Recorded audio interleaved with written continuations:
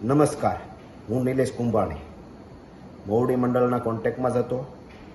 બાબુભાઈ માંગુકિયા સાથે મારી વાત થઈ હતી. આવતીકાલે સવારે હું અમદાવાદ આવવા નીકળીશ. મારા પરિવાર, સગા સંબંધી, મિત્રોને મેં કીધું હતું કે કોંગ્રેસ પાર્ટી આપણી સાથે છે, આપણે કાંઈ ડરવાની જરૂર નથી. બધાનો સાથ સહકાર લઈ અને પિટિશન દાખલ કરવા માટે હું અમદાવાદ જવા રવાના થયો. ત્યારે કોના ઈશારે અહીં કોંગ્રેસના કાર્યકર્તાઓ ઘેરે આવી અને મારો વિરોધ પ્રદર્શન કરી મને પરત ફરવા મજબૂર કર્યો. જ્યારે રેલીમાં સ્વયંભૂ લોકો જોડાણા હતા, કોંગ્રેસના મેન આગેવાનો, અહીંના નેતાઓ પોતે મારા રથમાં પણ બેસવા માટે તૈયાર નહોતા, મારી સાથે જોડાતા નહોતા.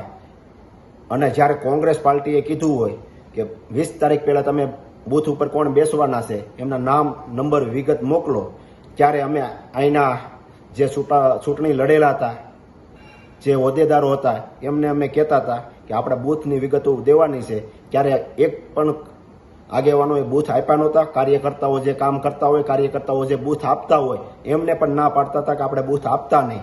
અને પબ્લિક પણ જાણે છે કે આમાં જે અત્યારે વિરોધ કરે છે એ પહેલાં ભાજપ સાથે બેસી ગયા હતા અને એક પણ અમારી સભાઓમાં કે અમારી સાથે ડોર ટુ ડોર એમાં એક પણ અહીંના આગેવાનો આવ્યા નહોતા. અત્યારે ખાલી વિરોધ કરવા બેસી ગયા છે.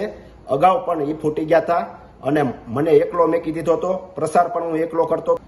ગઈ વિધાનસભામાં ભારતીય જનતા પાર્ટી દ્વારા એવી ઓફરો આવતી હતી કે તમે પ્રસાર ધીમો કરો, કાર્યાલય બંધ કરી ગયો, ડોર ટુ ડોર જવાનું બંધ કરો, સભાઓ ઓછી લ્યો.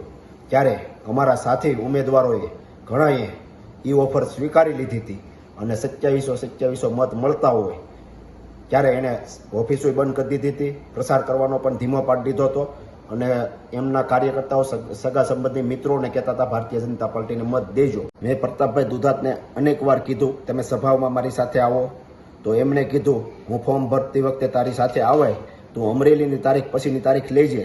ત્યારબાદ પ્રતાપભાઈ દુધાતને પૂછી અને પછીની મેં તારીખ લીધી.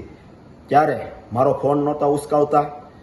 મેં મોવડી મંડળને જાણ કરી, પ્રતાપભાઈ દુધાતને કહ્યો કે મારો ફોર્મ ભરવા જાય એમાં હાજરી પુરાવે. ત્યારે પ્રતાપભાઈ દુધાત પણ આવ્યા નહોતા અને જે મારી નાખવાની ધમકી આપે છે એ જો હાજર હોત તો આ પરિસ્થિતિનું નિર્માણ ના બન્યું હોત. હું ચૂંટણી જીત્યો કે હાર્યો, વરાસા રોડમાં કોંગ્રેસની કાર્યાલય સતત ખુલ્લી રાખી. કોંગ્રેસને જીવતી રાખવામાં વરાસા વિસ્તારમાં મારી કાર્યાલય સતત ખુલ્લી હતી અને ખુલ્લી રાખી હતી. હું એક પણ નિવેદન એવું નહીં આપું જેથી કરી મારી કોંગ્રેસ પાર્ટીને કાંઈ નુકસાન થાય. આ બધું થયું હોવા છતાં હું કોંગ્રેસનો સૈનિક છું અને રહેવાનો છું. મને મોવડી મંડળ ઉપર વિશ્વાસ છે.